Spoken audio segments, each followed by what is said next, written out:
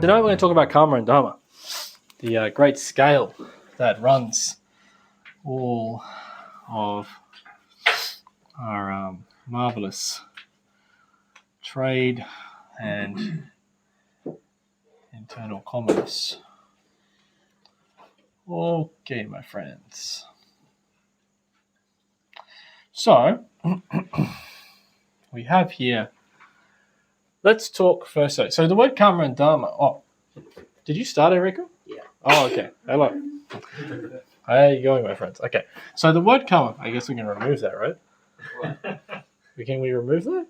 Do it in post. Okay. So, I hope this mic is working. So, okay. So karma and dharma means cause and effect. Cause and effect. And what that means is that every time that we see the effects, karma is usually the effect of something. You know, when we see, people often see that, what do you call it? When someone's suffering, when someone walks into something, you go, instant karma, mate. We see the effects. Someone's rude to someone and they walk and they hurt themselves. We sort of have that concept. For the longest time, when I first started teaching, people actually, even karma wasn't that common of a word. I've been teaching for 17 years. In the beginning, we had to explain, what karma was. But now, hey guys, come, take a seat. But now, of course, things have changed. This is a much more common sort of thing. So we're talking about cause and effect, yeah? And, to keep that simple, let's talk first about a mechanical cause and effect. Mechanical cause and effect. And that's quite simple, This is cause and effect. I'm holding the pen and I drop it. Yeah, the cause, I drop. The effect, it hits the ground. That's quite simple. But, and that's what we call the mechanical law of cause and effect. But the issue is that cause and effect's not quite so straight cut. I wish it was so straight cut. Our lives would be a lot simpler if it were. But really, what we need to understand is that for every cause becomes an effect. As we said, I dropped the pen, it lands. But then, after that, every effect then in turn becomes a cause. And this is, you have to think about that. Like, for instance, when you turn on the engine of your car is a good example. If the cause is you start twisting the key. The effect is it moves the first mechanism, which then causes the next mechanism, which then causes the next mechanism, which eventually leads to the pistons in the engine, the electricity, the firing, the ignition of the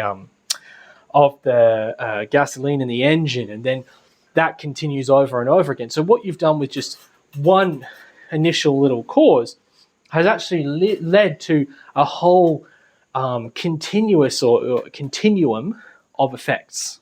And this is often referred to as like the butterfly effect, the idea that a simple inconsequential action, because this can also be called, cause and effect can also be referred to as action and consequence.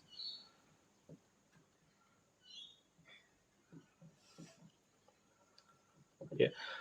Action and consequence, this simple action can lead to many, many, many consequences. And so in the sense of talking about this idea of the butterfly effect is that, I think the reason why it's called a butterfly effect is the idea that just a little flap of butterfly's wings, could, knock over a little rock or something, or could push over a flower, that then hits a bee, that then knocks into a rock, that then hits another rock, that causes a landslide, that goes down and destroys somebody's house. And this sort of keeps going and going, until somehow we've got a storm on the other side of the universe, and that's the idea of the butterfly effect in heavily paraphrased, as it were.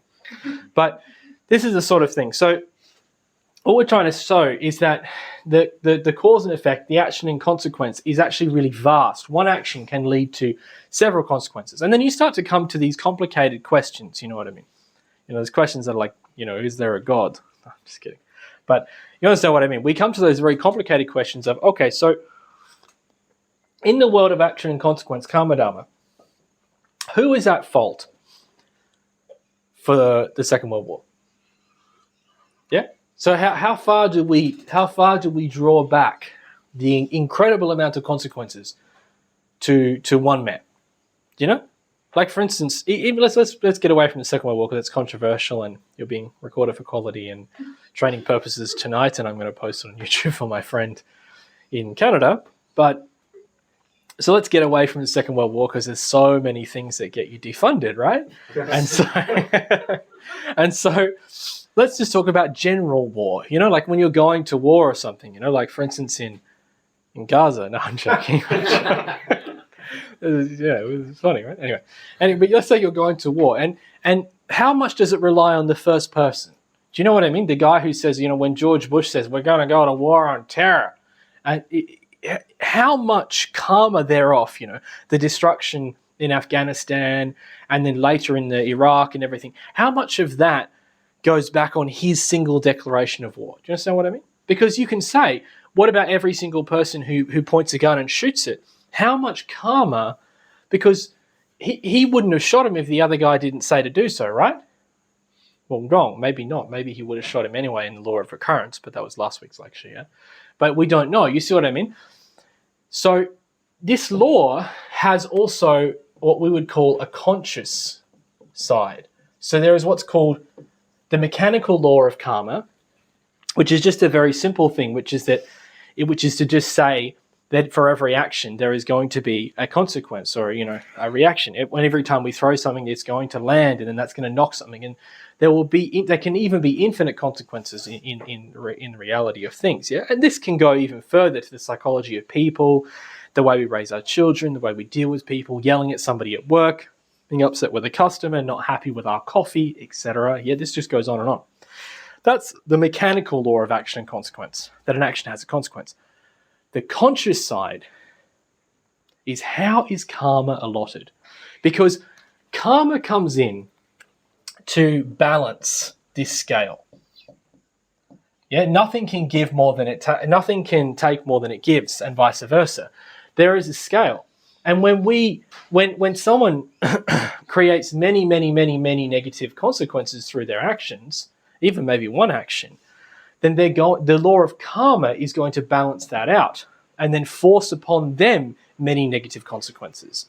If I, for instance, perhaps made a certain medication, which I then got everybody to take in, I don't know, let's say the whole world, and then everybody took it and a lot of people got sick, yeah, then obviously a lot of that consequence is going to come on me. But then I didn't shoot it into anyone's arms the entire time myself, right?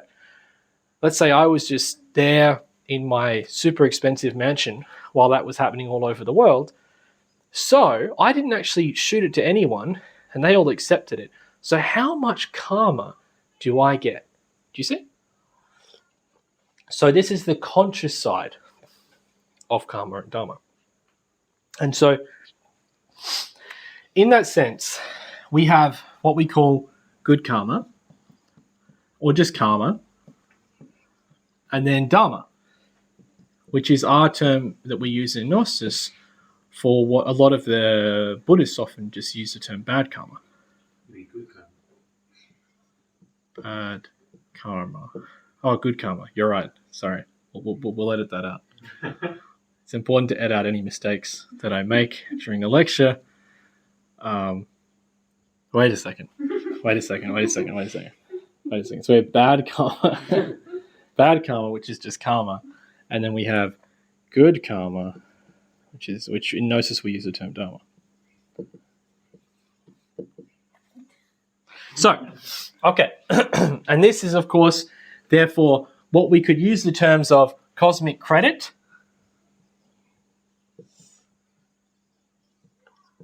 and cosmic debt.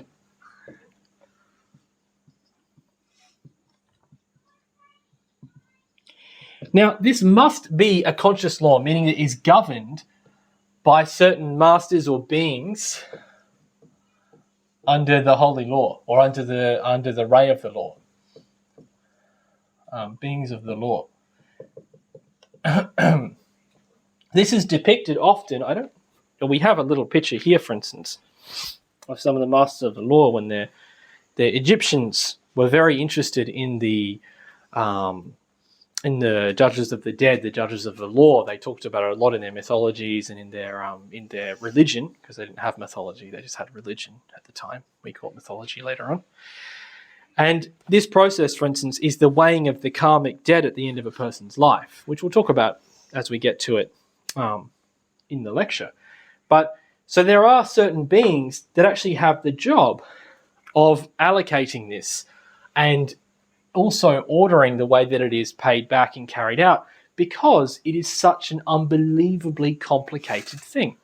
Because to simply say that all of the karma, for instance, of the Jewish people in the Second World War simply falls on Hitler would be extremely narrow-minded.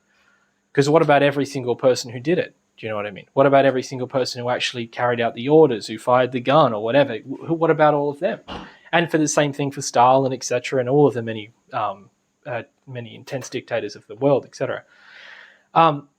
Always there is a divide.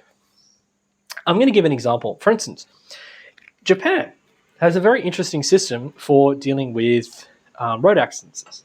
Here in Australia, we have a very simple law. If you rear-end someone, you pay. That's it. Do you know what I mean? You rear-end a Tesla or a Maserati, well, good luck, mate. That's it. But in Japan, no matter what the car crash is, rear-ending or not, the police come and they listen very carefully to both sides of the story. They listen very carefully to what everyone who's involved, and that means everyone. If there's a bystander who walked out, they'll talk to that person, talk to people who saw them, paint the whole scene very carefully. And they've got their little notebooks and their nice helmets. And then they'll go, and then they will actually allocate the blame by percentile. So they will actually allocate the blame. So they'll go, okay, yep, you rear-ended him. You're going to pay 50% of the damage to his car because he actually wasn't paying attention. He was on his phone. And because of that, he stopped too quickly, which is at this lights, because he should have seen that this person here. But then you actually stepped out when you shouldn't have stepped out. So you're going to pay 30. And they sort of divide up how much money it's all going to come to. And then they divvy it up amongst everybody. That's great, isn't it? Well, they don't divvy up the exact price. They divvy up the percentage of a fault. Yeah, amongst each person. This is fantastic. This is a much better system. You understand what I mean? Rather than, I saw this, you didn't go here. And this is a very good example. Like, where we used to live on Cowper is a horribly blind corner. If you come along this road here, I forget what the name of that road is, and then you turn right onto Kingsley, that's a horrible blind corner. We used to hear cars almost crashing there all the time because you can't see. And cars fly down there, And they would take into account something like that. The fact that it is a blind corner that you can't see, the fact the person didn't know, etc. They take all this into account. So this is much closer to the way the masters of the law work internally. They take into account the entire situation, the person's upbringing, dealing with parents, etc. So rather than just say, it's all that person's fault, we actually then have this distribution. And this is very important because throughout our many lives, we've lived, hundreds of lives. We have accumulated much of this karmic debt and karmic capital over our many lifetimes. Yeah, and it's not so simple as just debt always cancels credit. Credit cancels debt. You may find that if you, for instance, broke a man's arm in a past life in a certain altercation, a certain fight, and now you owe a broken arm, it's not so easy to just simply cancel that out with going to the soup kitchen once a month, and helping out some homeless people, etc. There is a certain ego associated with that, which is still attached to that via recurrence and wants to live again. And because of that, karma will also assist in that process a little bit too, giving power to that ego, moving that ego as well. And so therefore, until we actually dissolve that ego from ourselves, and remove ourselves from that karmic situation, we'll actually often find ourselves either accumulating more debt or even just swinging between the two. Do you know what I mean? And this can kind of happen as well. We have negative situations where, in this lifetime, I'm on the receiving end of something, and the next lifetime, I'm on the giving end, and it just keeps going. It's not necessarily always between the two. It can just be a constantly bad cycle, which is a lot more what it usually is. This lifetime we meet and I break your arm. Next lifetime we meet and I break your arm. And this is the way it works. Yeah, it's not so simple as an eye for an eye, a tooth for a tooth, because it's just like this. If we meet and I punch your tooth out, and then you say, all right, mate, let's get even. You punch my tooth out. That's not how it works. I've punched your tooth out. Now you punch mine, and now I owe you another tooth. That's actually how action and consequence works. It's not so simple as the law of Italian, as would happen. Anyway, if you've ever known anyone using the law of Italian, it's never very exact. I've always seen that the law of Italian works in it's not really an eye for an eye, a tooth for a tooth. It's like an eye for a house, and a tooth for your family. Like if you've ever noticed anyone actually exact it, it's never quite as even as everyone would have it. So in that sense, we get caught. And so to really, for instance, leave this cycle, we want forgiveness. But I digress. Let's just explain a little bit more about working with karma. So we accumulate this karmic debt over lifetimes. If we lived in the previous lifetime during the Second World War, we're going to have karma. That's just the way it is. And we may have dharma. It may be that we dragged friends out of explosive situations and stuff like that. And so we're going to have some dharma. Yeah, but for all the people who we killed, etc., and again, depending on the situation, intentions and all this and will make a very large factor in it. If you're there just going to war shooting because you have to, as opposed to the person who's really enjoying it and getting into it, well, it's going to be a different karmic situation. It's just the way it is. So in and of that sense, right, this karmic debt. Karma, as you said, comes to balance, and therefore we can say that karma is therefore a medicine.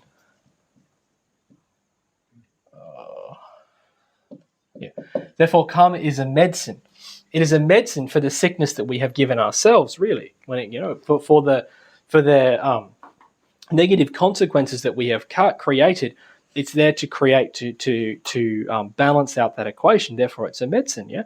If I've done all these bad things, if I've have made all these mistakes, etc., I've gone for wealth and greed, then I'm going to have to eventually pay that back. That's why you often see in Buddhism they talk about having compassion for a greedy man. Because, he's getting everything he wants this lifetime, but what about the next 10 lifetimes when he's dying in starvation over and over again, paying for all of the debts that he created? Yeah. In a way, we can have more compassion for him because he actually is going to go through a much worse situation soon.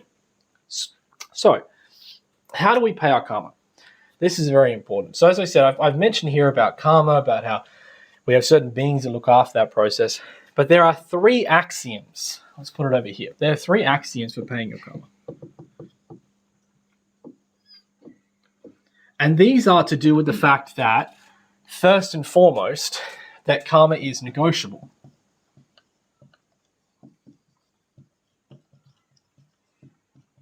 This is a problem that has somewhat sort of steeped the Indian culture as of the last thousands of years, yeah? In India, they don't really accept this. For them, karma is karma, and that's just the way it is. They don't sort of see that whatsoever. Whereas in their way of explaining things, if a person is born with a karmic situation, that's just too bad. You know what I mean? That's just too bad. So, for instance, like I knew a lady, and she was quite wealthy. She was a nice lady. She was a psychologist, and I asked her a lot about India and the way things worked. And she told me, she said that in India, she was learning Gnosis from me. She said, in India, you just accept your position. So if you're born a serf, if you're born like really poor and in poverty, it's like the way of thinking is, well, that's your karma. That's it. You must have done something bad in your past life. But there's no sort of sense of like, let's reform this, let's fix this, which is a much more Christian ideal. The ideal of compassion and charity and forgiveness. It's much more, that's your karma, that's it. And she said that's the way it is. A person's rich, they go, oh, that person's got good karma. Person's poor, oh, that person's got bad karma. But we're not actually looking at the negotiability of it. They only accept that that's it, that's the end, and there's nothing. There's no other way to pay, there's no other way to be medicated. End. And this is a problematic way of thinking, and there's many of these cultural problematic ways of thinking. Christianity has their own as well. All the world's religions do when they're taken mechanically. So paying our karma is to learn to pay our karma, to learn to negotiate our karma. There's 3 axioms that we can use. So the first is a superior law transcends an inferior law.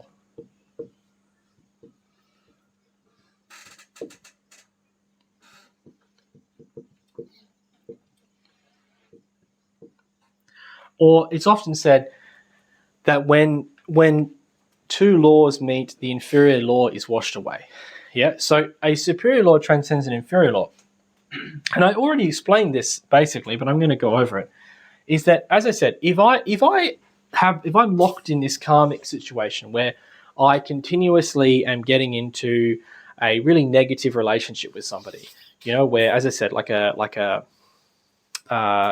physical fight's a good example. A physical fight, we mentioned this in the last lecture in the return recurrence, that you go and you get into a fight, and then, next lifetime we're going to have that same fight in the same bar, and it's going to just keep going. So the way we get out of this situation is to actually, now let's say, for instance, I actually work on the ego inside of myself that causes that.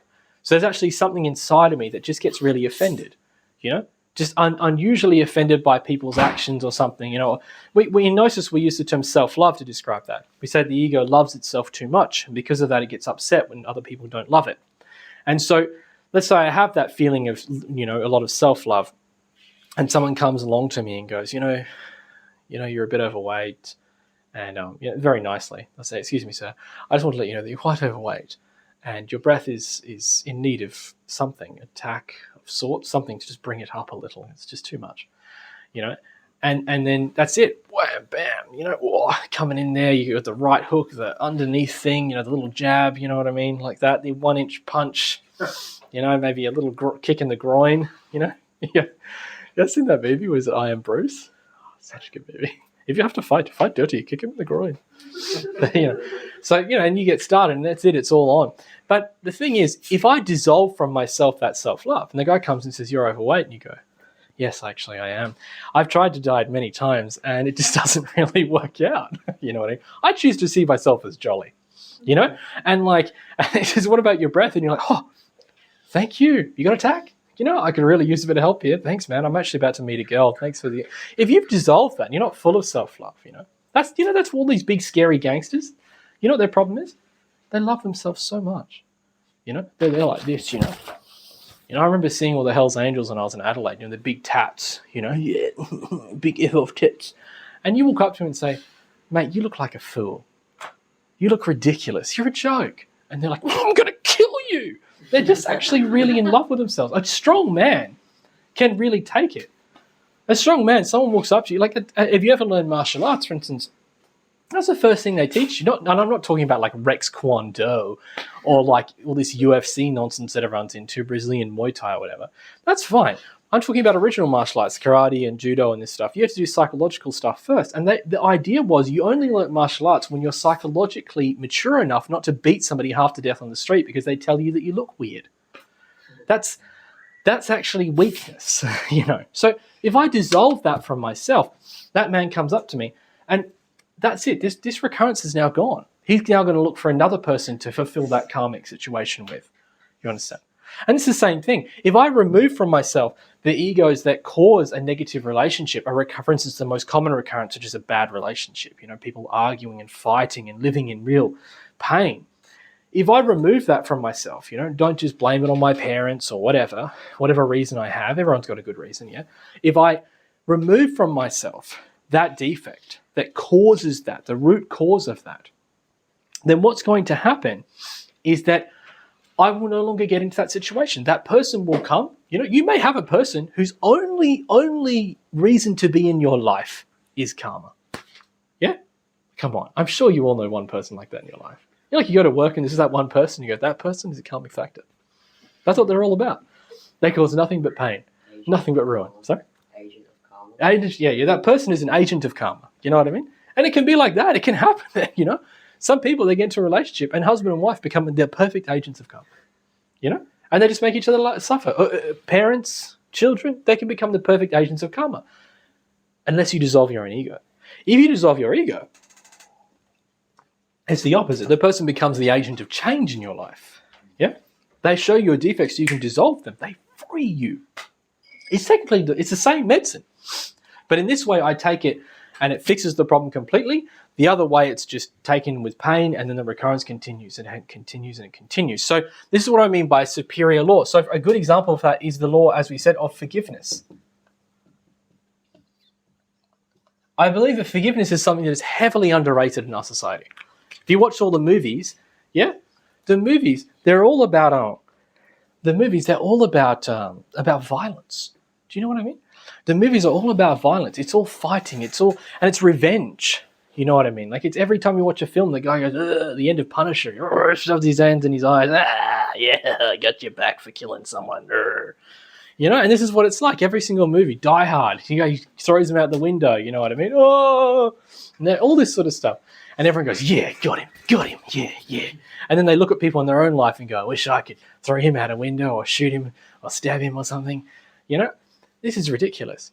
In reality, it's forgiveness. Have you seen the most amazing acts of forgiveness have ended huge conflicts?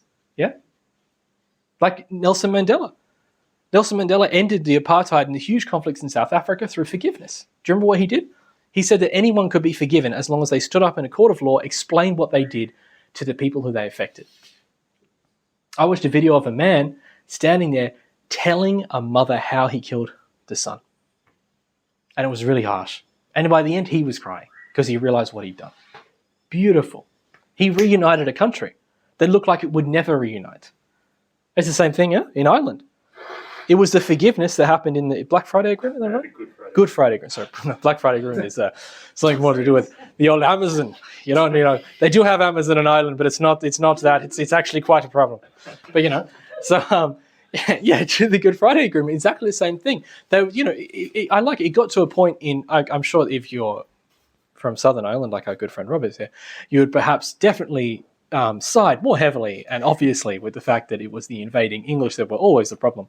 But there was definitely moments, like for instance, putting car bombs in public, around schools and things. They're just moments where perhaps the Irish could have thought a little bit more about how they were resisting, in such ways. And, like dirty bombs on a Sunday morning around church, there's just certain things that maybe could have been done differently. And, of course, a lot of Irish people got put in jail and there was a lot of problem. And for the country to heal, they voted on it, and they voted for forgiveness. That at the end of the Good Friday, at the end, the beginning of the Good Friday Agreement, everyone was let out of prison. All the people who did anything on both sides were just let out. Isn't that amazing? That requires a lot of maturity and forgiveness. And so because of that, we actually wash away all these problems. And because of that, there's been peace, relative peace. Relative peace in Ireland for years. Relatively good peace, It's just sitting happily under the surface, But it's the same thing with all, and I could go on, but all of these situations where you see forgiveness, a beautiful thing comes. And so this is something, if we can forgive a person comes to us there, is the cat? You allergic to cats? Yeah. Yes, I am too. He's going tomorrow. On Wednesday. No. Wednesday. He's going on Wednesday. Okay. Oh. It's only a small thing. Sorry. We're looking after for a friend. I get it. Me too. Don't worry. But anyway, so... so I was saying that, so if I get into a situation, an altercation, an argument with somebody, and then I forgive them, I finish with that karma. Like that. What? There may be certain things where I have to pay something more. I don't know. We'll talk about that as we get to the end of the lecture. But generally speaking, I can finish with a karma with that forgiveness. Yeah? The person comes at you and they go, A, and you go B, and they go C, and you just go, okay, I forgive you, this is done. Yep, you're right, I'm a horrible person. Have you ever done that before? Someone comes at you with just vehemence and cruelty and and then you stop and go, okay, what did they say? Let's try and look at this. And they go, they said that you're rude and that you actually particularly tried to belittle people for fun. Yeah, I mean, I do that sometimes, that's fair. What's the other thing they said? Oh, they said that, you're quite arrogant, and I mean, that's also true. What else did they say? They said you're stingy. And that's harsh. I like to see that I budget well, perhaps. And you know what I mean? And then, but after you get to the end, you're like, okay, what I don't really like is the way they said it, but everything they said was correct. Maybe I can forgive them for the way they said it, for my ill treatment of them over the last 10 years, perhaps. Yeah. And so this is the whole problem. So this is what I mean. A superior law can wash away an inferior law, like forgiveness, virtue, dissolving the ego that created it. Okay, there is another one which says, the line of the law is fought with the scale. Meaning that if I'm trying to pay my karma, I can use the scale to my advantage. Yeah. If I'm trying to finish with, because this is the way it is. Sometimes we have so much karma, and we see that. Like you meet people who, it's like everything they touch turns to gold. I love when you go on these YouTube and there's these people who are like, hey man, all you got to do is just go out there and just say money and you just make it. And there are people who are like that. Yeah, they just do a few business deals and everything works out. But as I said, and I've mentioned it during the last 3 lectures, I know a guy who started a coffee business, and his coffee business was in this trailer, and the trailer was picked up by a miniature tornado and thrown off a cliff. And I've watched a lot of TED Talks, and I've never seen anyone tell you how to protect against a miniature tornado. Yeah? How do you steel yourself against that? You know what I mean? And it was great. It made the guy look for Gnosis. But and the point is, it is that way. Some people have a really dharmic thing. I remember my dad once talked about one of his friends who he grew up with, and he said everything that man touched turned to gold. I remember he said at one point he went to the end of the street, and there was a lady selling an old Holden, an old granny. It was like, and he was a young man. He bought it off her for, I think it was like $500 back in the day. He drove it up the street and sold it to the other guy at the other end of the street for $2,000, just like that. You know what I mean? And he said that was how he was. That's how he was his entire life. And you can say he was savvy, he was this, he was that. Sure, yeah. But at the same time, he had a lot of dharma. A lot of things worked out for him. And I've known people the other way who were amazing artists, for instance, amazing musicians, amazing at many things. And they actually did work very hard. And yet at the same time, everything seems to fall in their way. Every time they get close, something goes wrong. Just whole things going in their way. They're in a random car accident right before something's about to go right. They're going to a concert or something. And then that's it. The car crashes into them, I know a guy, for instance, a lovely, beautiful old man who I did a job for once. And he was talking once to me. I was fixing his door handle. And his son, newly married to the wife, really happy, pregnant with their child, was T-boned by a drunk driver. And his wife, after that, she couldn't deal with it. So because the son looked like the father, so much like the father, she broke up with him. She said, I can't deal with you. And then she went into a home, like a nursing home, because she couldn't cope with life anymore. What's T-boned? Just driving directly like that. Bang. So they're at a roundabout. They were turning around. Oh, right. This guy was going just like that. There's no way they could have seen him. And he just was going that like 100 k's an hour, and just hit the car on the side, bent it in two, killed both people almost instantly. Horrible, horrible thing. They're recently married, having a baby, everything like that. And then this man, he lost his wife as well because she wouldn't deal with him anymore. And he said still he has to talk to her all the time because she just has she just can't cope, and she's got dementia now. So she keeps bringing it up again, and she keeps reliving it over and over again. And occasionally he just goes to the place and sits with her and talks with her and suffers with her, etc. And so, but it's an interesting situation because I like that man. When I spoke with him, he said that his takeaway from that situation was he said that you can't count on anything. But he was also one of the most, how would you put it? He was one of the most happy people I've ever met. Just genuinely very happy, very lovely, very simple, lived very simply. Very poor, just living in this simple house. Oh, and that's right, he'd been mugged that week twice as well. I just remember he'd been mugged walking around the back of he used to go for nice walks. He lived behind Broadbeach, behind the casino, and he'd been mugged twice just by random guys looking to get a bit of money so they can go gamble. And like what he said to me, he said, the one thing I've learned from all my experiences is you just can't count on anything in life. Everything could change tomorrow. But he didn't mean that in because I've heard people say that. I've heard people say that exact phrase, but like this. Can't count on anything, mate. Just can't count on anything. You ask him to come in. He's the boss, right? You ask him to come in. Just don't show up.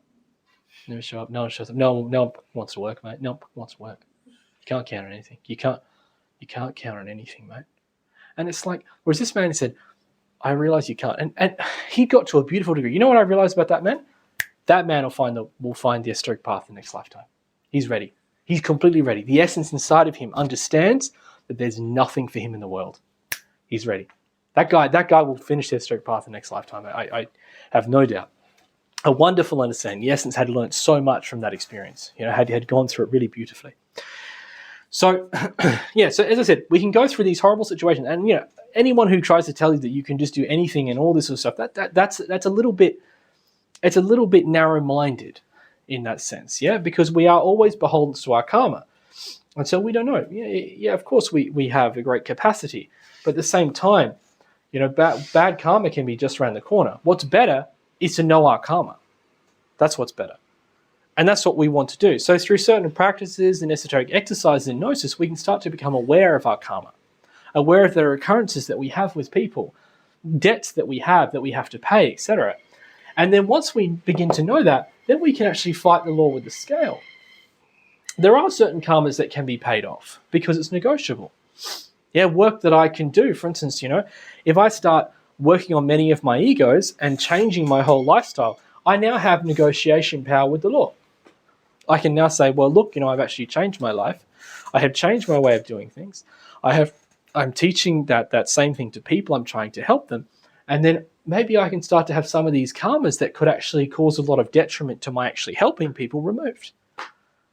Honestly, that's the only reason we're here in Byron. I mean, we live in Byron. You guys come. This house is like the center of Byron. You know what I mean? We're right next to Topshop, for God's sake. It's prime real estate. And I'm a handyman who works part-time with 5 children. How am I affording this? Yeah, someone wants me to be here.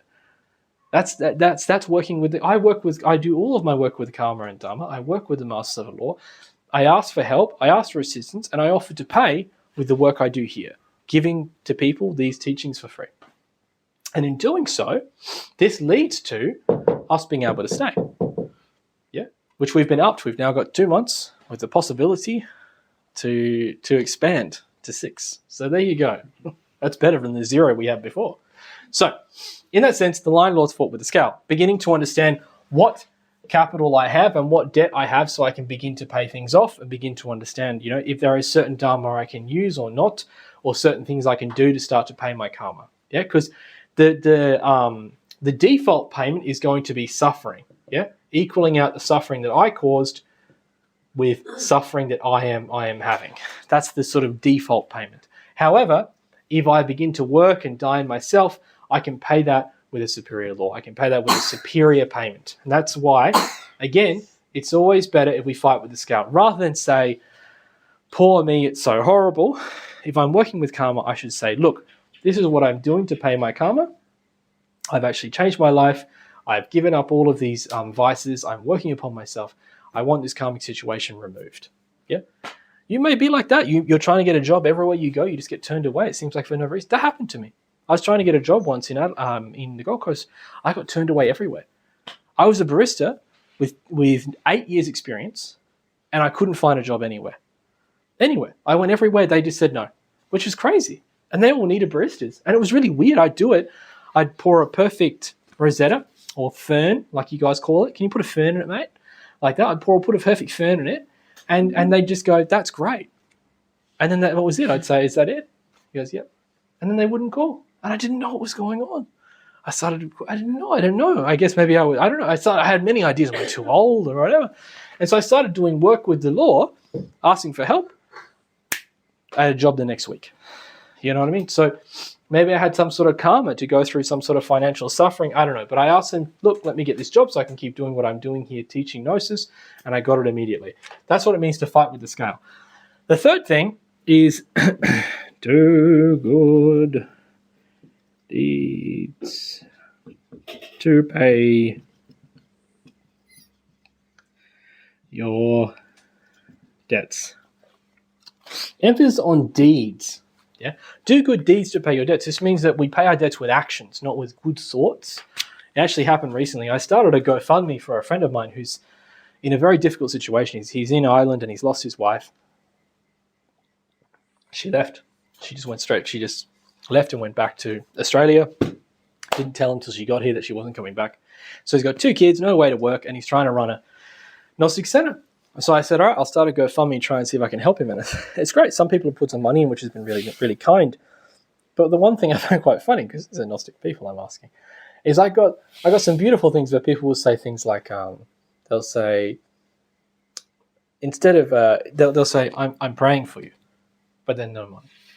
Do you know what I mean? I will pray for you. Okay. Thank you for your prayers.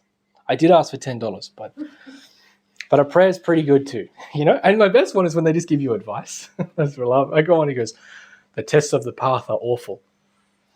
That's it. Like, thank you. They are awful. We're trying to help the guy though. If we can give him 6 months rent, he can get back on his feet and the mission can continue. What do you think? The tests are awful. Okay. Thank you for the advice, you know? But this is the deeds. We do good actions. If I want to pay my karma, and I'll give you an example, yeah? You want to be healed? Go heal people. It is so simple. I have met dozens of people who are sick, especially here in Byron, who are sick and spend all their time, money, and efforts miserably trying to heal themselves, yeah, while not healing themselves. While not healing others. If you want to be healed, heal others. So simple. Yeah. If I have a problem with cancer, start studying cancer and heal other people with cancer while you heal yourself. I've found usually the people who are really legitimate in those categories usually had it themselves. Do you know what I mean? When you hear about healers and stuff, people who are really quite powerful in that circle are usually the ones who had it themselves and then have actually managed to heal themselves in the process while they're also healing others. And that's how it really works. You want to heal. You know, you want help from people, go help people. You know, we have a marvelous community here in our Gnostic group here where everyone helps and works together. And often, you know, going out, we leafleting, working in the garden, we work together and we just do it. We work for each other constantly. And in doing so, we've created a culture of working for each other. You know, so when I want people to work for me, I work for others. I want people to show up to my leafleting day, show up to other people's leafleting day. That's what I did. I was tired. It was a vigil. We've been up all night working. I thought, oh, mate, handing out leaflets in the rain, I don't know. And then I said, wait a second, Mick, you want people to come to your leafleting day? You got to go to someone else's leafleting day. All right, let's go. You know what I mean? Even though the mind comes up with lots of ideas, posters are more efficient in this area. You know, all this sort of stuff. If you want, you want the Dharma, you got to put in the effort. And that's how it works, yeah? It's the same thing. You want to have help or health, affluence, all these sorts of things.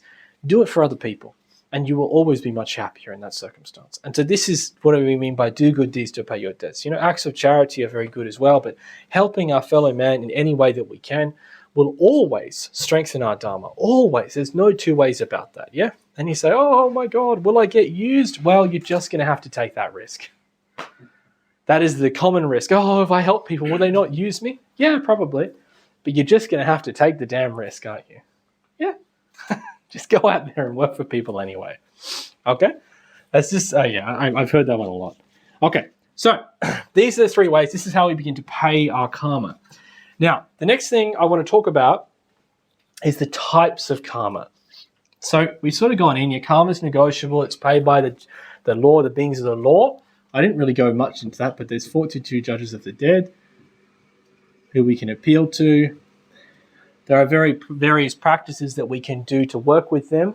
There's like the runic, if you want to work the old Norse way, the rune not, na, ne, ni, no, nu, working with the Master of Karma, asking to balance our karma, asking for relief from specific difficult situations and circumstances. While we do that, we can pray to them. We can write and burn letters and send them to the internal worlds, magnetic chains. Yeah, there are many ways we can ask to negotiate our karmic situation. I've been doing this my whole life. It's fantastic.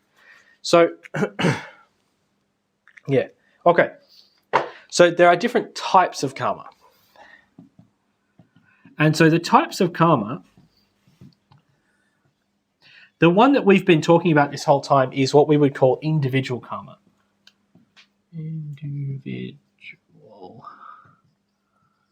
Individual karma. And obviously that's our own karma. That's pretty straightforward. Now, we have also various forms of collective karma. So in the collective karma, we have, I'll just write here, collective karma.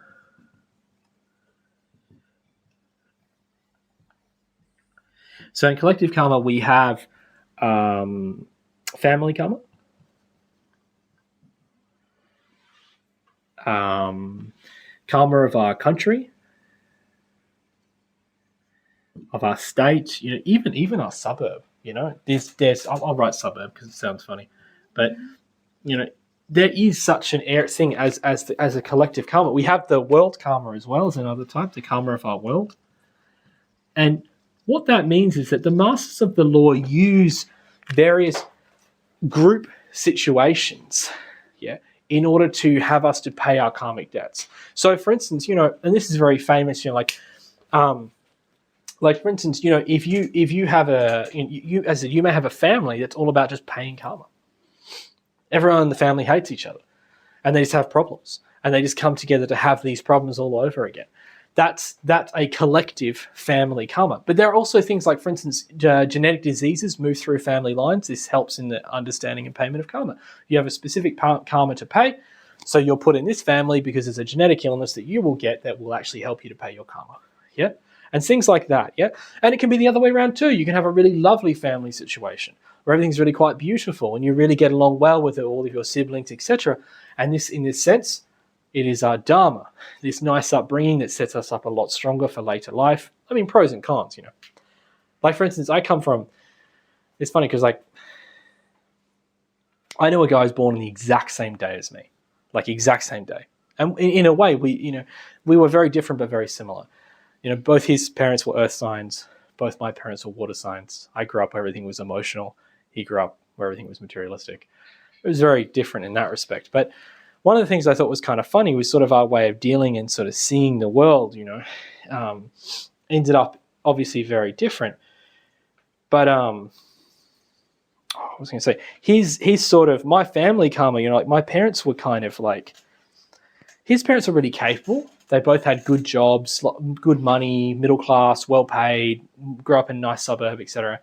Whereas my parents didn't know you needed a car seat when you take your baby home from the hospital. And then they didn't actually know what to feed me. And my dad had internal experiences in the astral where I would come to him in the astral and tell him how to raise me, feed me, and just say, don't do this, don't do that, because you're going to screw me up. You know what I mean? And some of those he failed. He was told internally if he taught me to play piano, I would end up really happy. And then the piano got repossessed. Karma just didn't want that one to happen. You know what I mean? He got told a lot. He got told a lot of things, but he was basically told how to raise his kid internally. Because as he said, and he will forgive me for this if he watches this video, that he will forgive me that he had no idea. You know what I mean? And so he was happy for the help. But in the sense, you know, my father's complete inability to cook, I am now very good at cooking. I started cooking when I was 11, 12. You know, by 13, I was literally shopping at the markets, the Adelaide Central markets. You don't understand unless you've been to Melbourne. You don't know what it looks like. It's amazing. And, you know, I would take the trolley to school and then go to the markets afterwards, argue with the guys and buy the chicken and all this sort of stuff and come home and cook for the week. And yeah. Whereas Adam had these really incredible, my close friend had these incredible, very together parents. His mother was a Virgo and she was very correct. Everything was in its place. You know what I mean? Everything was right. But then, you know, if you ever live with a Virgo, it's like, it's this real feeling of like, you don't know how to do it right, so move out of the way and I'll do it for you. And so what happens is you then just don't know how to do anything. And that's pretty much how it was. He had absolutely no idea how to do anything. He moved in with me, couldn't cook, couldn't clean, couldn't do literally anything. We're at exactly the same age and we're at the opposite ends of the spectrum. You know, so he hadn't learned any of that. Hadn't learned how to do any of these sorts of things. Actually learned them from me, which is quite funny. So in that sense, right, we can have these family karmas. The difference, even a place has a karma, you feel it. You know, like you go to a certain suburb and it just has like a really rough karma. You know what I mean? Like, you know, like the karma of Mullumbimby is very different to the karma of Byron. I don't know if you've noticed, but there's places, there's places that are just so rough. You know what I mean? I had a guy come to my class who literally looked like he was dragged out of a bush. You know, I mean, literally out of a bush. Like his hair was all standing on end. He was all like covered in dirt and stuff. And then the worst bit, I'm like, wow, where are you? He said, I'm living out in the bush in Mull. I'm like, no, okay. And then I said, and where were you before that? He said, like, well, 2 days before I got off a plane from Italy. And I'm like, okay. So you already looked like that. You know? But I remember these like places have karma. You know, you go to Hope Island in the Gold Coast, it's just like a big gated community. Everyone's filthy rich. You feel it. There's a certain karma and there's a collective karma there to a degree. You know what I mean? That you feel it. Then there's a collective karma. And same things. These places are punished. Yeah, the whole of LA burnt down. That's a collective karma. Now, if I had a debt, that helps. The whole of LA burns down. this works well. You hear stories about people who just lost their insurance just before it went in. I mean, that sounds a bit shady if you're asking me, but it's not up to me to make conspiracy theories on YouTube. And so, but at the same time, this is debt. The same thing, other people move just beforehand. They don't even know why. Maybe they weren't supposed to be there. And it can be the same way too. There is such a law of accidences. I'm not going to go too much into it tonight, but there is such a thing as a law of accidences, and some people can just be in the wrong place at the wrong time, and they're usually compensated for that. Yeah, you're not supposed to go on a flight, but you fight like hell to get on the flight anyway, and then you end up on the flight crashes, well, you're going to be compensated. And you often hear these stories. You hear about, like, for instance, during the 9/11 thing, you hear about people who were supposed to be on the plane who didn't go, who missed their flight. You hear about people who were supposed to go to work that day and just forgot to go, like all the executives. And then, all these sorts of things. And so, this is the karma of the country, of the suburb. This is collective karma. And there's many types of collective karmas, And so the law of karma uses those those collective karmas to help with the payment of individual karmas, summing it all together to make it a lot easier. Like an innocent individual be sort of punished from collective karma? Accidentally. Accidentally? Yes. Okay. Yeah. It can happen. It depends. Depends to what degree. Not like a constant ongoing karma, but like a situation may occur or something like that. I said that it's more for like, you weren't supposed to be on that bus, you weren't supposed to be in that situation, you weren't supposed to break your leg that way or whatever. You're just in the wrong place at the wrong time. That's accidents. But generally speaking, like an ongoing difficulty with a person, a family member, or a difficult person in our life, a person at work, that's usually a karmic situation. It's a karmic relationship. In a past life, we might have been the antagonist, and they were the pacifist, the one just taking it. And now that role is reversed, and we just keep paying each other life after life after life until we learn to actually overcome that situation, which doesn't mean standing up and punching them. It means actually beginning to see inside of myself all of the defects that are causing it on both sides, but really on my own side. The thing that, because if we can be truly assertive and remove ourselves emotionally and psychologically from that, usually that situation will start to dissipate. In most circumstances, there are some things that are particularly bad. Again, depends on what we've done. And that's why it's really good. We can ask in the astral, we can ask in before we go to sleep, in our dreams, and be shown these things. I was in a situation, I don't want to go too much into it because I'm recording this, man. So sketchy. But I'm going to find a way. Sorry? You can cut. It's too hard, man. I'm not going to do that. You get someone to do it. Yeah. I'm just going to put it on there and it'll just say raw. Like, this is the raw Byron Bay experience. And I'll send it to Sydney. And the people from Sydney go, this is the raw Byron Bay experience. And the people who come to our class go, yeah, that's exactly how it is. It's pretty crazy over there. You should go to the retreats. But it's not going to happen. I'm just going to throw it up there. But so, yeah. To give an example, like I had quite a few experiences that I had a fairly nasty karma from my past life, and I have had internal experience, and I have seen what that was for, different actions during the Second World War, etc., and having been involved in various messy situations. And I was supposed to not find Gnosis in this life and not be liberated. I was actually supposed to stay in a different situation. I was supposed to stay with my mother and get stuck in Christianity and just watch my father succeed while I failed. You know what I mean? And I remember that time very clearly. It was horrible. I remember like when I was 12, I think it was 12, 13, and just being in this situation where I didn't really want to be there. I didn't want to deal with this situation. It was really just, Christianity is like just dry. That's what I mean when I say dry. It's so dry. You know what I mean? Anyway, it's just dry Saturdays, dry Sundays. It's just, anyway. When you're a kid, 7-day Adventism's the worst, right? Because not only do you not to do anything on Sunday because the whole of Adelaide's bloody Christian, so everything's shut on a Sunday, but then Saturday you also can't because the 7-day Adventist, Saturday is also Sunday. It's just the worst. I just don't understand. Anyway, I found solace in video games.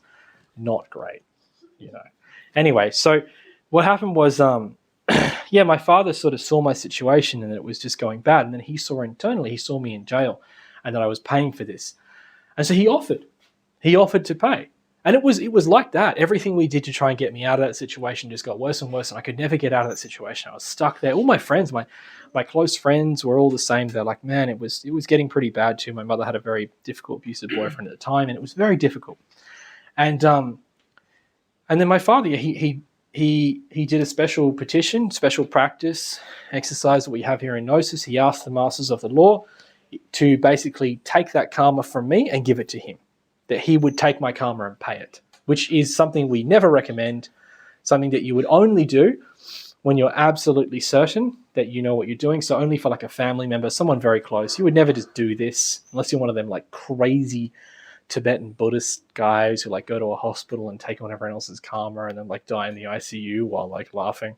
But that's some next level stuff, lads. You know what I mean? So anyway, but so from thenceforth, or from then on, I've always found myself very grateful, because almost immediately after my father did that, he said that I came to him and said, "Can I move in permanently? I need to get out of here." So he did that practice, and like a few weeks later, I said, "Can I move in?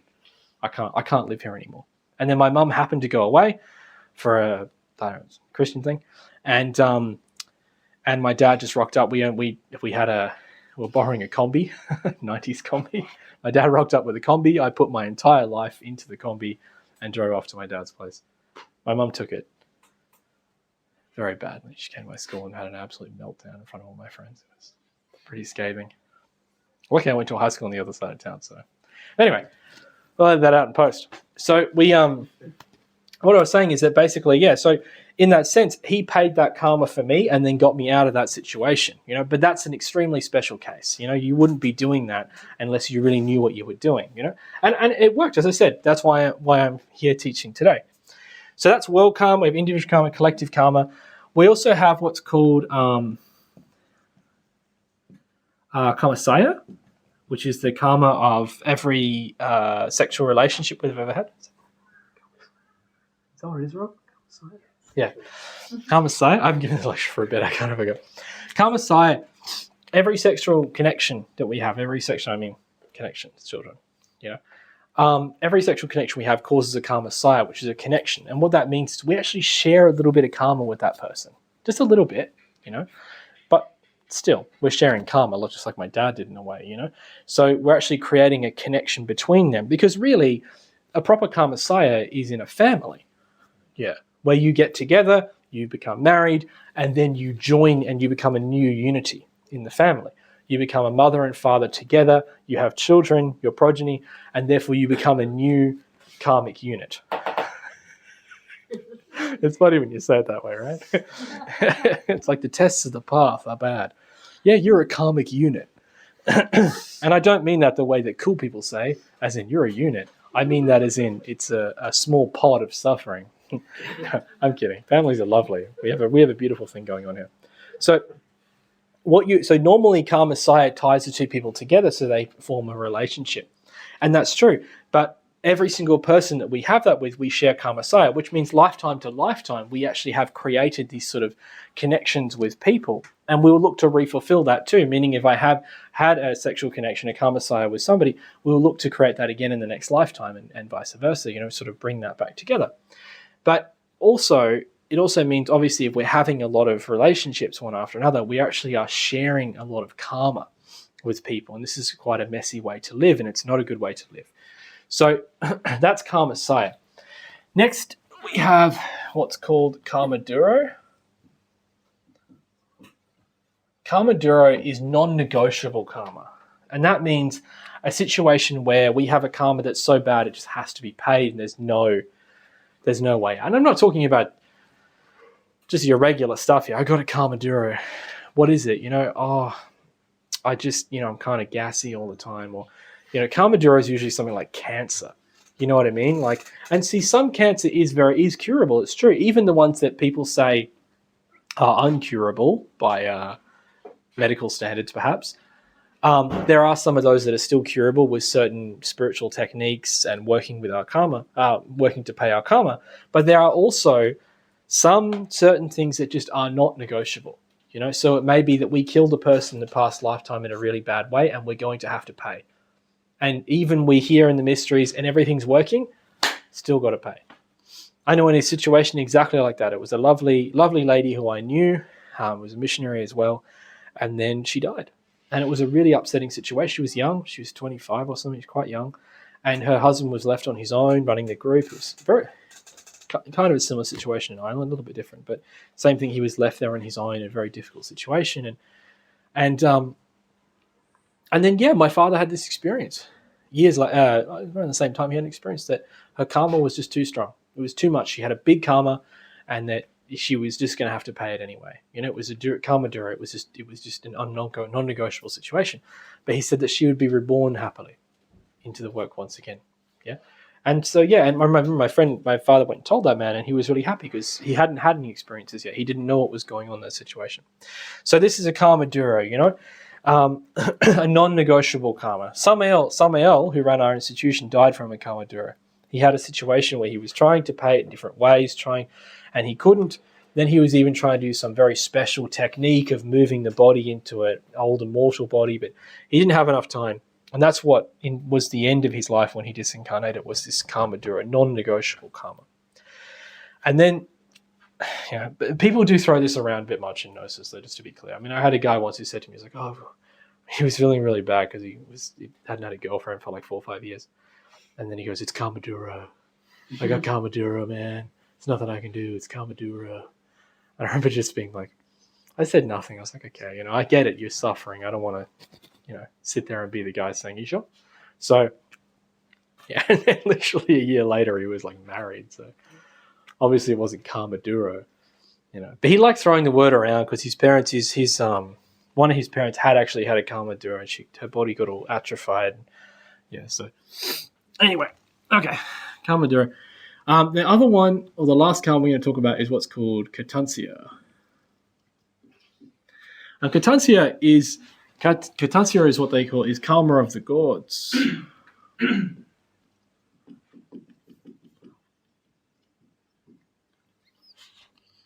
Just write non-negotiable there. Yeah. Karma Sutra related to Karma Saya, or is that just like a totally different thing? Totally different thing. Karma, C, it's K, yeah, Karma Sutra. That just means, the word literally means writings on love. Karma means love. Okay. No, totally different. So, Katansia is karma of the gods, which means this is the karma that the being gets. So, there's us, we're the essence. We try to create a soul so that we can have a relationship with our being, our own interior divinity. I say that, but it's, yeah. So, an example of Katansia, there was a teacher, a great teacher, 300,000 years ago, a great teacher of the esoteric mysteries, who was trying to explain to his students the idea of evolution and involution, the fact that the world is sort of constantly living in this sort of spinning dualistic structure of things moving and going up and down. And he created the terms good and evil. And apparently that just stayed in the universal mind and was almost impossible to remove. The universal mind just grabbed this idea of good and bad, and ever since, it's stuck in the human psyche. And I don't know if you've noticed, but the concept of good and bad is one of the worst structures that you can have in your mind. Yeah?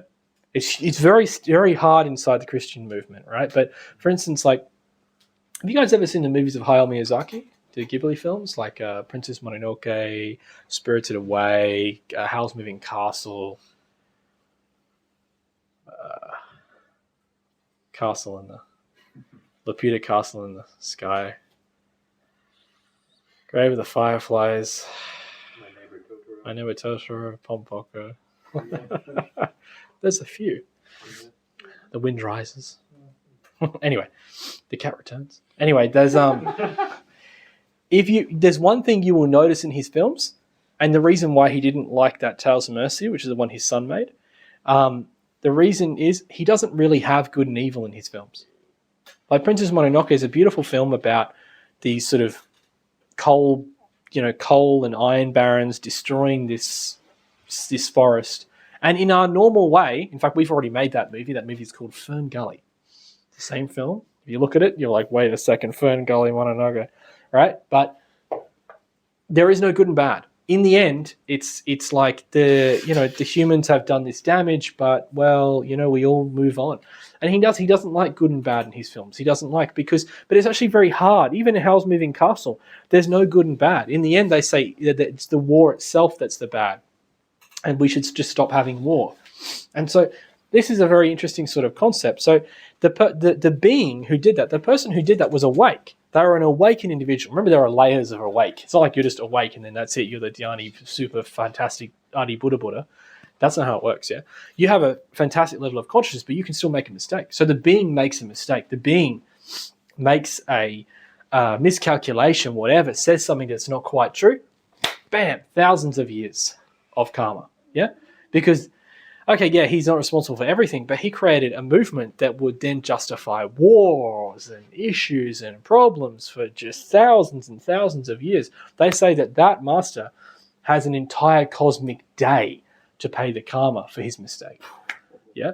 Because of what he's done, because he created something in the psyche of races upon races afterwards that is almost impossible to extract. It will only be extracted at the end of the cosmic day when everything goes back into the absolute and out again. Will they be able to cleanse that from the universal mind? Because that way of thinking is so hard to remove because the mind is dual by nature. So creating good and bad, tying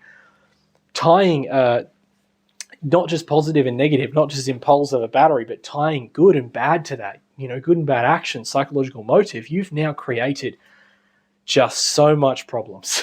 Yeah. So that's one example, and this is the sort of thing the masters can make mistakes too. They can make miscalculations, accidents, etc. And for that, they have their own karma.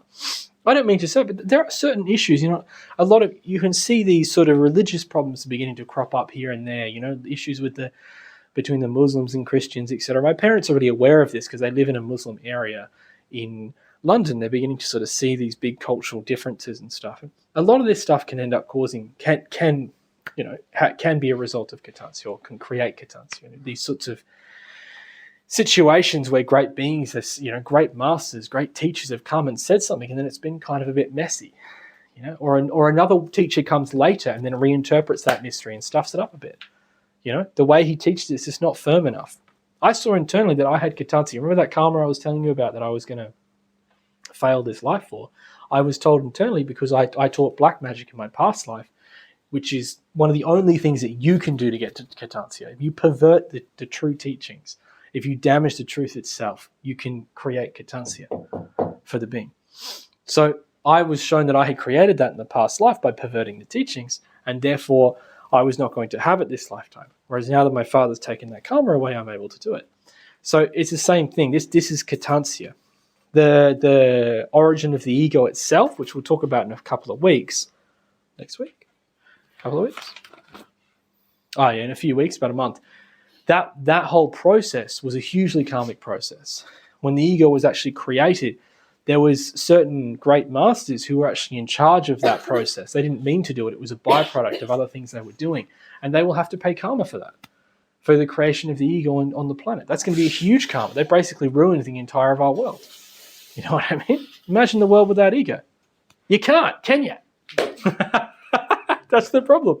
Do you know how many people I teach Gnosis to and I say, you're going to dissolve the ego? And they're like, so what are you going to do? Just like walk around like that? People literally think people say that to me all the time.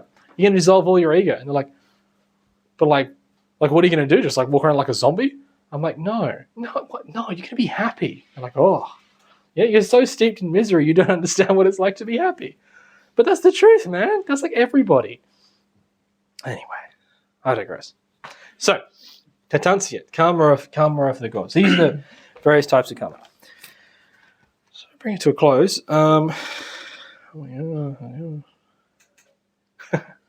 The point at the bottom here just says, the end of our race. Ouch. We'll talk about that next week. It's not really a big deal right now. So, the one thing I did want to talk about was, I had that nice picture. At the end of our life, our karma, I actually sort of forgot to talk about this process, is that, and just look at the graphics up on screen. I'm not going to do that. So, you've got here, right? This is the process of after our life. So our karma is also tallied at the end of each life. Our karma can be accumulated during our life as well. But specifically, it is when we die, we're actually reduced to a mathematical point. everything that we did in this life reduces to a single point, and then it's weighed. Yeah, so everything that we have done or in this life is reduced to a single point, and then it's weighed against the feather. Yeah, in other words, which obviously is symbolic, it's virtue, yeah, to see if there's actual virtue, if it's lighter than the feather. And if not, that single point here represented by a heart is thrown to the great dog, Amit. But, so this process, though, all of our karma is measured and weighed and then accumulated.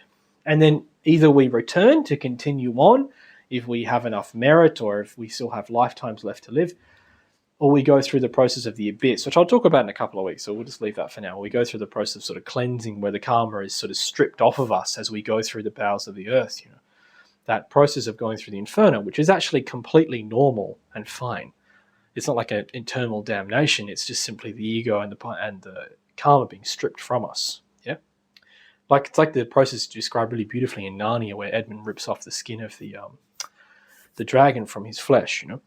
So in that sense, this is actually what happens to us at the end of a lifetime. Our karma is accumulated, yeah, and then after we are weighed, we get certain amounts of flips, certain amounts of cosmic capital and cosmic debt is put in the bank before we come back again to live our next life. And then that can obviously weigh very heavily upon how that life is going to go, etc. Yeah. And it's tricky. I don't want to go into it, but it is true that, a lot of Dharma can just end up becoming karma anyway. Our real process as Gnostics isn't just to just do a lot of good deeds and get lots of Dharma. We actually want to remove ourselves from this entirely. That's the actual process. We just want to be done with this. We're not doing everything for good points. I remember my father was told once, he said, you should do this online lecture because then you get Dharma points. I said, every time someone listens to that lecture, you get a point. You know what I mean? It's like, so if you put 5 lectures on here, you're getting points. Unfortunately, my father then never uploaded a lecture because he didn't want points, And I get that. I understand that. I can relate to why you don't want points, because you're still playing on the scale. You're still being good and bad all the time. Sure, we want to eliminate our bad debts, but often a very large amount of Dharma is useful for paying your way through the esoteric path. It's useful, it's useful for paying for the various process of the esoteric path and going through the various processes, but it can turn into karma. As in, bring it up, the cases of Britney Spears. Phenomenal singer, Hit Me Baby One More Time. It's quite an amazing sort of thing. It's definitely not a euphemism for violence, but I don't know. And, all this sort of stuff. And you look at her, and what do you see in her? I never forget seeing the photos of her in Beverly Hills of the little trackies and looking sad and upset and thinking, oh, she used to be such a nice young girl. You know what I mean? And then life just hit her one more time. And it's just, and look what happened. She's just down. And what happened? That's all the Dharma. You reach the top and then you run out of Dharma. Or you got all the physical Dharma. That's great. And you get to the top. But you've got nothing inside of you. So even though you have all the Dharma, your life is still just accumulating karma. So you're getting paid Dharma while all you're doing is accumulating karma. Do you see what I mean? You're being paid out and you're just spending it, which is just making this anyway. Do you see the problem? We're trying to get out of both. Are you going to say? What are you going to say, Brad? Are you sort of, in that example you just gave, are you actually getting Dharma or are you just getting karma? In what? If you're actually, you might be... Like a singer? Well, no, but what you're saying, you might be perceiving that, okay, you're getting money and maybe you're getting paid out, but it's actually... You're actually just getting karma because of the way that you are. Yeah. Well, in that situation, she's definitely not getting any Dharma, right? She's singing about like horrible things, and she's a small child. You know what I mean? Yeah, no, but I mean, the way that you were saying it, she's getting paid. Sorry. What I meant is she's being paid her Dharma that she already had. So it's like you got 10 million in the bank, and you're getting they're just giving it to you. Like, here you go, pay it, spend it on whatever you want, but you've got no cash flow. There's nothing coming in. Do you know? So she's spending the accumulated Dharma from past lifetimes.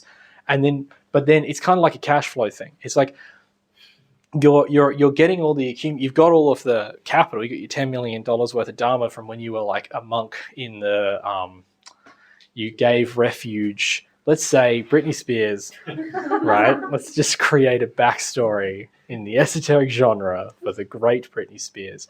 She was this monk who like gave refuge to the Christ or something on one of his special pilgrimages or something while he was, or she like hid some crusaders from an attack of the other side, and because of that they liberated and saved lots of people, and so she gets all this dharma, right? And the being's holding it up, and he's going to try and put her on the esoteric path, but then something sort of goes wrong, and the essence isn't really interested, so he goes, oh well, good luck with that. And then she's a fallen bodhisattva of note, so when she falls, it's like a falling star. And it just goes bang, and she becomes this huge public thing, you know what I mean? But all she's doing is spending that 10 million that she's had in the bank for, say, 30 lifetimes, But she's not, there's no cash flow. What I mean is she's not bringing in any dharma. She's not doing anything. Maybe they've got, they always have some sort of fun, don't they? Do you know what I mean? Like when you're a celebrity, you like kind of create a thing. Like, what are you doing? Oh, I'm doing like writing for the blind or like tennis for the disabled or what else is there? You know what I mean? Like you got a thing. Oh, I'm helping the small children in some country that's not going to get me in trouble, and then you know what I mean. So they guess maybe they're getting like a tiny bit, but you're like for every 10 million you're spending, you put $1 away. It's just not worth it. In reality, they're accumulating massive debts with every payment, huge debts, huge debts. But then next Mahabharata, it's going to be Master Spears. Because I tell you, she's going to accumulate so much debt.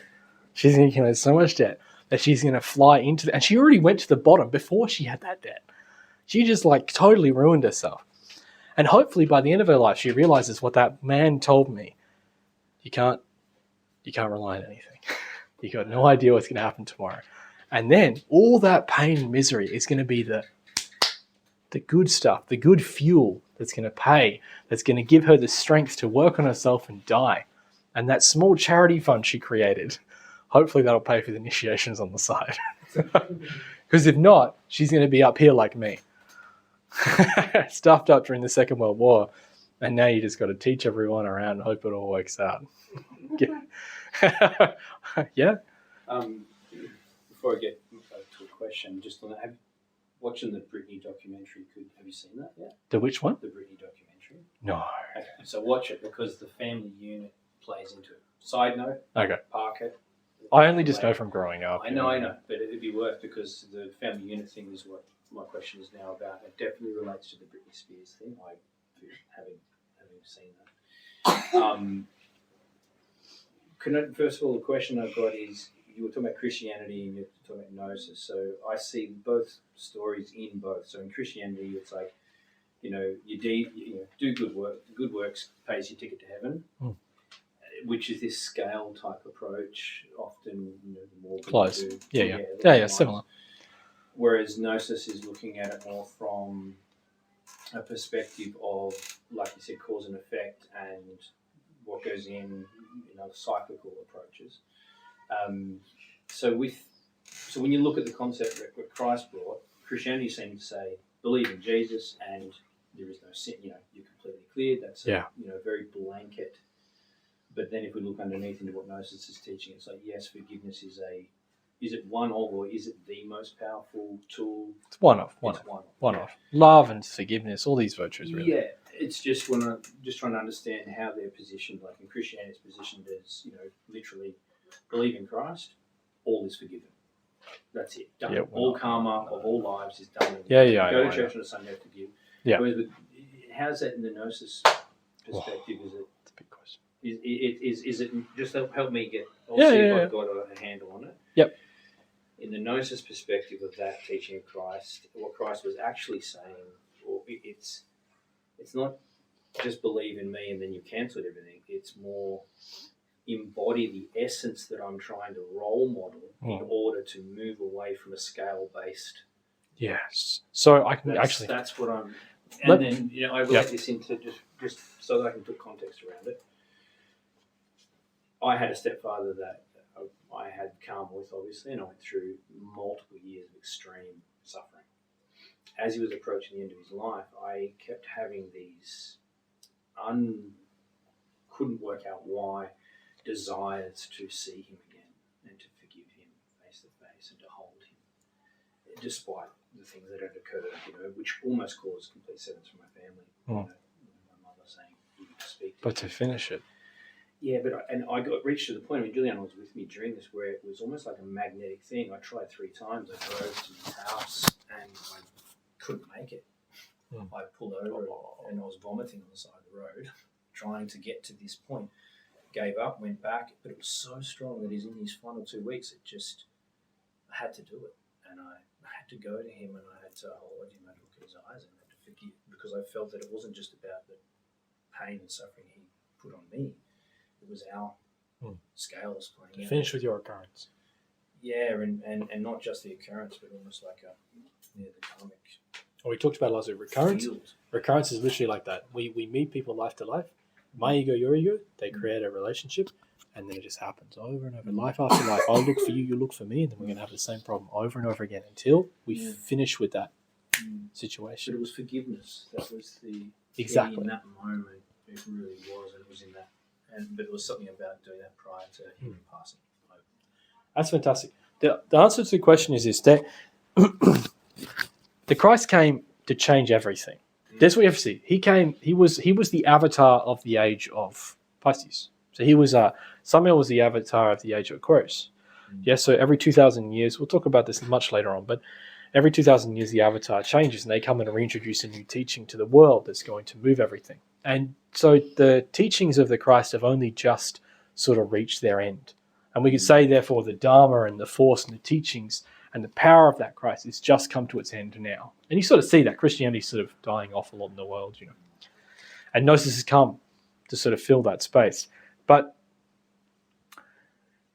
in talking about the way the Christ speaks, because he speaks very, very specifically, and people have a habit of just twisting it all over the place, And yet he talked in incredibly simple phrases that were supposed to be very easy. And unfortunately, So what he does, it comes down to the sense of upgrading the law. So at the time, everything was on the law of the talion, an eye for an eye, a tooth for a tooth, meaning that good and bad pay, they equal out, we're over. And that was the whole process. The Jewish people still really live that way. Do you know what I mean? They live very much in I pay for what I get. Do you know what I mean? Even their religious systems like that. If you want to get anything done, you have to pay the rabbi money. Which is funny because Christian system doesn't work like that at all. Everything's free. Do you know what I mean? Which is interesting. But they have that old system of you pay your way, everything. And we're sort of becoming a lot more like that in society. Anyway, so what's interesting is that he came during a time when everyone was living via karma. It's the same when the Buddha came to the Hindu world.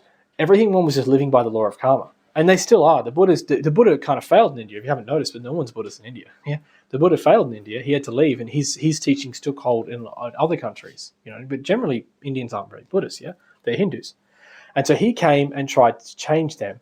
And just like the Christ came to try and change at the time the Jewish people, and then it would go out through all Europe and everything. And so what he was trying to do is take them to a superior teaching. And this is the point. They were functioning on an inferior teaching. So the inferior teaching is basically not even this. It's just payment. That's it. Pay your way, keep balance. Sorry? Law, just like transactional law. Exactly. Balance. In that field, balance transactional Yeah. law. Whereas he came to teach, it's a very superior concept, and I hope we can get it across simply so we don't hear all night, but he came to upgrade that law. So he said, remember that it says, and it's all on that Sermon on the Mount. It's really beautifully done, where he says they teach you to love your neighbor and hate your enemy. I tell you, love your neighbor too. So what he's doing is he's teaching them to live via the Dharma. So to live in a completely, instead of just Love your enemy too. Sorry? You mean love your enemy too? Yes. Sorry, did I say love you? Did I say love your neighbor? Oh, sorry. We'll cut that in post. So it's like, I love your enemy too. So what he's actually saying is, no, actually, remember he says even the Gentiles do that, yeah? He's like, no, we want to actually upgrade. And the same thing, he gave that beautiful teaching of turn the other cheek. That's an amazing teaching. If someone hits one cheek, offer them the other. And what he's showing is he's actually taking the inferior law of balance. I hit your cheek, you hit mine, then we're over. And you hit my cheek, then you hit the other one. I'm actually living only for the good of humanity. Do you see what I mean? It actually, I could say, when I say living for the Dharma, I don't mean just living for just good karma. The word Dharma is tricky because some people use it to mean good karma, but it's also a Buddhist term that means the doctrine, the teachings, and the force of everything, you know. But what I'm living for is I'm actually raising myself outside of karma. You see what I mean? And so but it was all through actions. This is where, because my mum was Christian. And I'm really sort of shocked sometimes at how many Christians just go, oh yeah, I believe in Jesus, that's it. I'm like, are you kidding me? The guy was pretty staunch.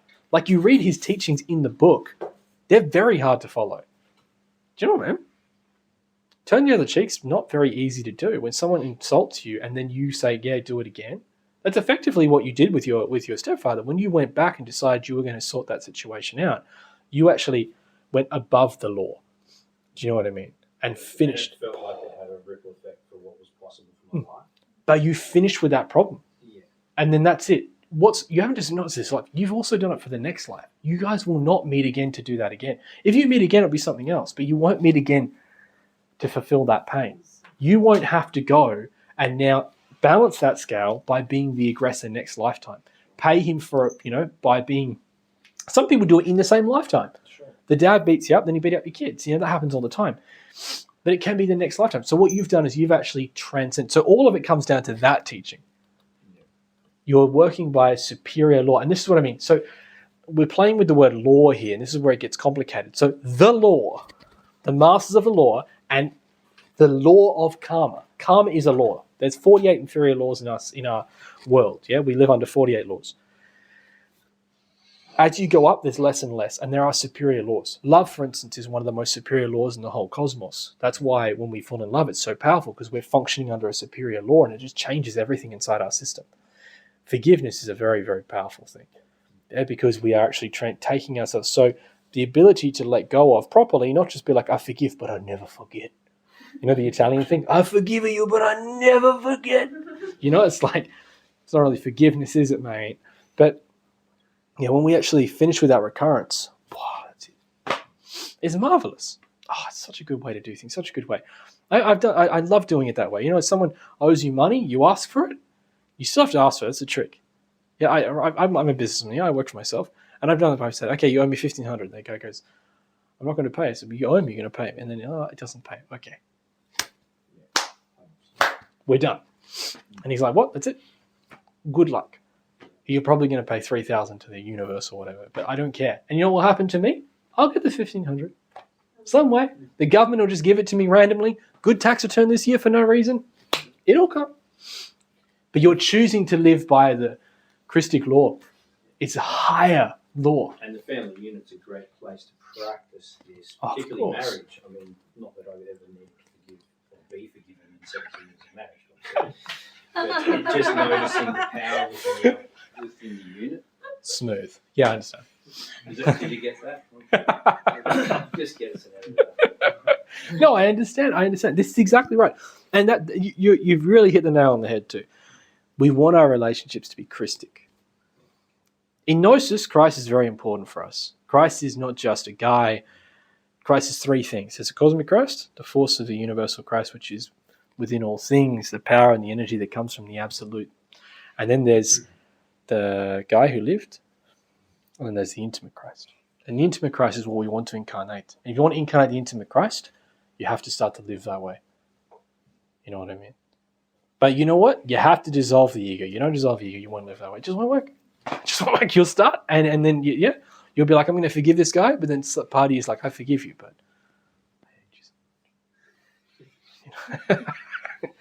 I'm going to forgive you, but I'm going to remember how much I hate you. The guy doesn't pay his debts. Don't trust him. Interesting. Yeah, the story of the Christ is quite interesting. We'll keep going to that in the weeks because,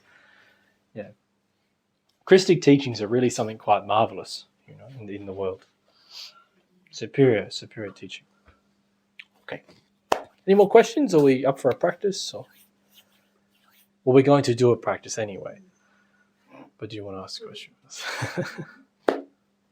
Yeah, I have a click that I just, when you were explaining about karma, so that's where comes the limiting beliefs. especially like from when you say like the unity, the collective, because if you are in a suburban and you kind of get these limiting beliefs of like, oh, especially like in a poverty suburb, like a ghetto, or you know, like everything's hard, you need to work hard. Then you can kind of start having these sort of laws, little I understand exactly what you mean. Yeah. inferior laws. Yeah. So maybe that, Yeah. We use the term in Gnosis, karmic programming, which means that when you're born, there's like a certain destiny. It's written in your hands, you know. That's how palmistry, they use the karmic destiny. It's written to your palms to read your karmic destiny. If you change your way properly, you change your life really properly, this will no longer be accurate. Yeah. But a lot of when we have it means we have like a programming in the mind. That's why, you know, like you can say to a person like, you know, don't go out with that person. It's going to ruin your life. And they're like, oh, I can't help it. I you know, we've got something special. And you're like, but why? You guys hate each other. And but the karmic programming in the mind, they can't let go. That recurrence is so strong. Like your situation, good example. Something superior inside of you pushed you to change that, but everyone else couldn't let go. You know, they can't get out of that situation. It's perfect. But you're right. When you go into that situation, everyone's sort of stuck. They're not questioning their reality. Yeah. They're not saying, what am I doing here? Why am I punching this guy in the face again? I don't want to have this argument. You know, why have I got so many broken down cars on my front lawn? I should fix up my lawn. You know, they're not. Do you know what I mean? Yeah. And you can give them everything. You can give them money. You know, like they do that. They go and give them money and they give them a good education. They give them everything. And then they're still stuck in the same problem, you know? Yeah. There's another law too, which is like attracts like. Yeah. And that's the problem too. We have all the ego and I'm not going to work on it. Then I find myself with the same people with the same egos. Yeah. Do you know what I mean? Yeah. Yeah. I'll tell one example because it's funny. There was a friend of ours. He was a Gnostic guy who was coming to the classes. And he was in Melbourne. And he moved in. He got a new job. He moved to Melbourne. And he said, oh, I've got these... he said, I've been offered 2 houses where I can stay. He said, one is a granny flat. It's 5 minutes from the Gnostic Center, 10 minutes from work. And it's he worked at the Qantas bag guy. And then he said, 5 minutes from the Gnostic Center, 10 minutes from work. It's a nice, quiet granny flat, you know, just out the back. I don't need to worry. It's an old lady living in the house. She's quite nice. She'll probably give me lunch occasionally, you know, give me a bit of soup. And I go, okay, that sounds good. What's the other one? He said, it's 1 room in a 5-guy share house. They all regularly take drugs and play music. It's on the other side of town. Half an hour from work with traffic, because Melbourne traffic, my God. Yeah. Like with traffic, half an hour. And he's saying like half an hour from the Gnostic Center. And he goes, what do you think? What do you think? And the guy who was running the group, he said, well, I mean, it's a no-brainer, mate. And it's like the old lady. And you know what he said? Yeah, I don't really think it's my speed, though. And you know what? He moved in with the idiots. He moved it across town. I couldn't believe it. My friend was like, he said he's been missing class all the time. He's an absolute mess. He's always late for work. He's going to lose his job. You know, every time he comes, he's got a new story about what happened in the house. You know, some guy got into a thing. Some guy OD'd. They're playing music all night. He can't do his practices because they're playing bloody flipping music all night. Yeah. You see, that's karmic programming. Yeah. Okay. Yeah. I have one more question. Yeah. I'm not sure if this is a silly question or Yeah. but like talking about the scales and like kind of working to keep it in balance. Like if Yeah. you do too many bad things, the scale kind of comes in balance, and you should try and do good deeds to bring it back in balance. Within a reason, yeah. It depends though, because some certain situations don't always just even out. As I said, like I broke a guy's arm in a past lifetime, and then I go to the soup kitchen this life, doesn't necessarily perfectly balance that out.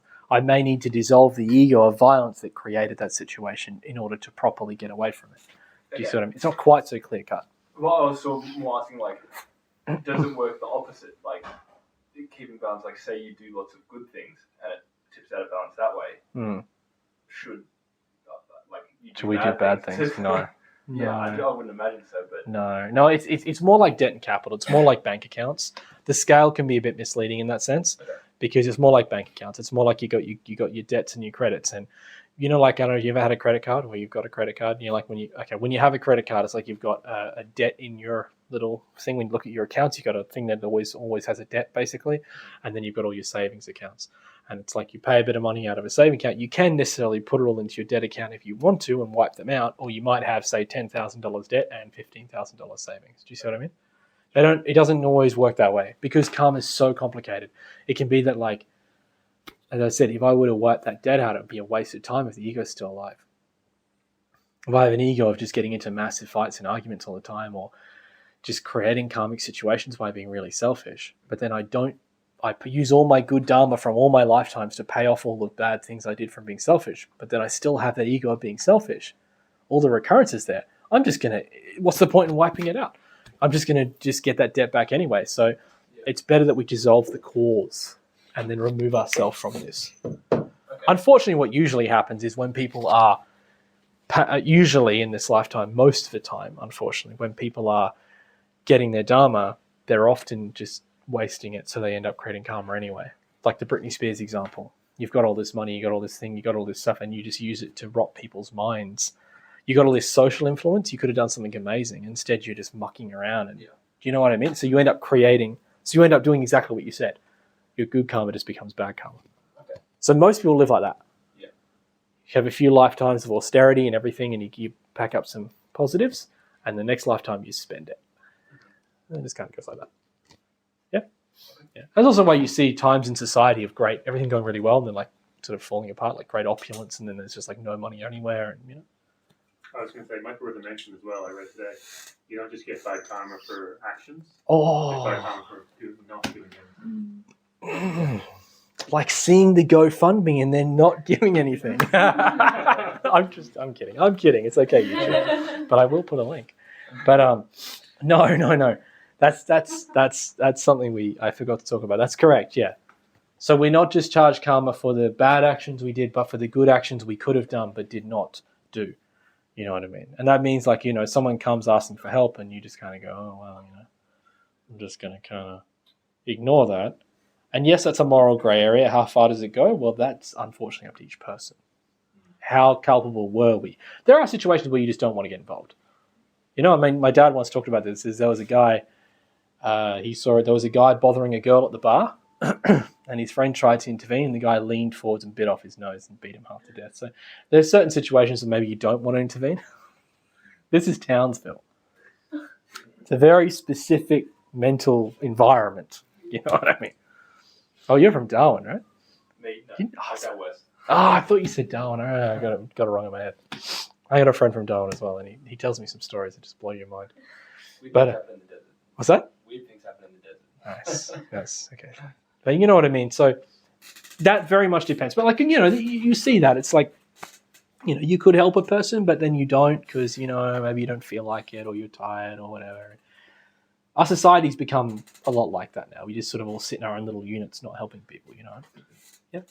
Super quick. Leaving my suburb, rushing, busy, young kid on the side of the road, obviously needed a lift. Could feel it in my heart. Stopped, just drove straight past him. Oh, man. Got a little bit down the road. This was after coming to Gnosis. Although I've had these values for a long time, but under a lot of overwhelm and stress, I stopped. I reversed back. He got in the car and his shirt said "Karma." in black bold letters, black block letters. That's perfect. And we had the most beautiful conversation. Yeah. That kid set me up for the entire week. Isn't that good? That's the back good. of his conversation. He was only like 17. And this is what happens. This is what happens. I do the same thing. If the kids aren't in the car cruising around, I always pick the hitchhiker up instantly, even if they're rough as guards. You know what I mean? Because one day I'm going to be on the side of the road. It's going to be effing hot. And I'm going to think, God, I wish someone had picked me up instead of looking at me going, I'm not picking that guy up. He's a weirdo. So, yeah. But it's the same thing. I like what Little Lancha said. She said that, what'd she say? She said that, she said for all the food we waste now is food we won't have in the last days. All the food you waste now is a meal you won't have in the last days. Because now we live in opulence. There's an excess of food, excess of everything. But you may be noticing, tearing around the edges of society, there's no eggs on the shelf unless you go to Baz and Shaz and there's heaps. Interesting. Yeah, They it were was, down to the Oh, they're down to the That's expensive one ones. No, Oh, not expensive ones, the cheap ones. yes. yeah, they ran out of eggs all the way down the coast. Really? Yeah, I went to. They had a chickens The too? big supermarket. No, there's a whole. Strange, It's isn't a it? cause and effect karmic chain reaction cycle. But basically, yeah, like all I major still chains don't ran get out. why we got no eggs, but Mm. no lots of chicken. Said bird Sus. There's a flu. bird Said flu. bird flu. Ah, I it's just- bird that's flu. on the sign. I was like, Yeah, you know, there's lots of shortages and problems and everything. It's got nothing to do with the fact there's also a massive inflation at the same time. We got to justify it, but you know. Anyway, at the same time, whatever. But you know what I mean. You know what I mean. You know what I mean. So it's the good that we could have done, we don't do. We could help someone, we don't do it. You know what I mean? We got nothing to do that we can. Someone needs help. Oh, I don't want to. I'm too lazy. Well, that's gonna do it. You know, every person you didn't help move house is someone who's not going to show up when you move in house, mate. It's just the reality of the fact. I know. Anyway, yeah, but just remember, it's not always so clear cut. Yeah, you know, like just because you help a person move house doesn't mean you're going to get the initiations of the internal being. You know, like some things pay. Charity pays its own way. Can be a little bit different to esoteric karma. It's sort of a little bit. I don't want to go into it because it's a pretty big subject. It's more second chamber, but you know, like, yeah, it's not quite so clear cut as, you know, you help someone move house and then that's it. You're set up for the internal worlds. Yeah, some things pay their own way. Yeah. Okay. Thank you. Okay, let's do a practice, okay? Can we turn that thing off? Goodbye. Mission out. Good luck, Josh, learning Gnosis.